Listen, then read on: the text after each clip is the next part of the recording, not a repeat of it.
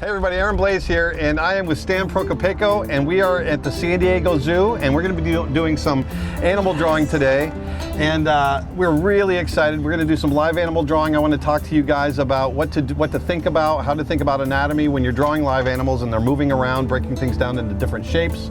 So we're just going to enjoy this ride and get going, and hope to see you later.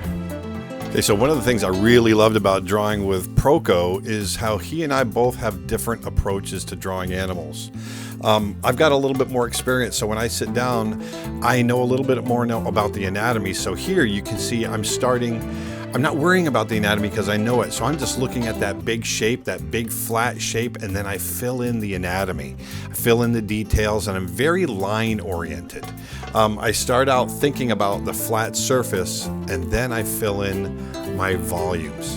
And here Proko, one of the things I love about Proko here is his loose approach. Here he's going for gestures, and he's getting so much personality so quickly. I love these drawings because these apes, they were constantly moving, constantly showing us their personality. And through these small, loose drawings, Stan was able to get these beautiful attitudes. When here, sometimes you get a pose that you just can't resist. And so this lioness sat and posed with me so well, and I quickly jotted down the line work and then filled it in with detail. And it really does help. Stan will talk about it all the time, and I do too. It really does help to understand a little bit of the anatomy before you go out. I understand animal anatomy. I've been studying it for a long time, and so for me, it's a little bit more natural. Stan, who's an expert with human anatomy, he admittedly struggles a little bit with animal anatomy, but as you can see here, apes that are so close to us, obviously, in their anatomy, Stan just took off. And one of the things I love about his approach here is that volumetric style. He loves that light and shadow, and it gives so much volume to his drawings. Look at the size of this big male that he's got a great butt, but he posed for so well. And watch how Stan finds that volume through just light and shadow, and it just turns in space. And I really, really love this drawing. And the other thing too I love about his style, the way he portrays light, is he finds that core. Look at the core of the shadow, meaning that dark line that defines the shadow from the light and the dark area. And it really gives it a great sense of bounced light. And so there's really three values. You see the brightest bright, the kind of the mid-value shadow, and then the darkest darks. And it really gives it a great feel. My approach here was a little bit different. I always approach, when I'm doing my animal sketching, quickly with a lot of line. I get in there and I try to define those silhouette shapes, and then from there I find the form. So if you look at the shape of her head, it's a big block, kind of a square, and I would define that square first and then fill in the details. Lucky for me, she posed really well for me. Other times you're not going to be as lucky. Here, I have a lion that kept moving back and forth, and so as he would walk back and forth, I'd sketch a little bit more, and a little bit more until I finally had a drawing. He kept walking back and forth like this. But once again, I know cat anatomy, and so that really gives me a leg up.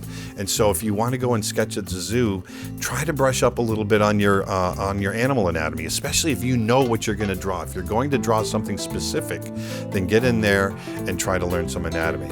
This is a great approach that Stan's doing here. These are tapirs that we're drawing. Neither one of us really knows a tapir's anatomy. I mean, we know the basics, but what Stan's doing here is he's looking at the animal and he's finding its shape, the geometric shapes that it's making. And you can see he's going in and he's just making really just a series of blocks that define the form of that tapir sleeping in front of him. And you can see it's very three-dimensional. It just looks like wooden blocks. But as he refines it, as he softens the edges, he uses that shape to build on, to build the anatomy, and then his knowledge of light and shadow fills that in, and he ends up with an absolutely beautiful, beautiful drawing. In this case here, I was drawing a chimp that posed for me really well. This was just a case of drawing quick gesture.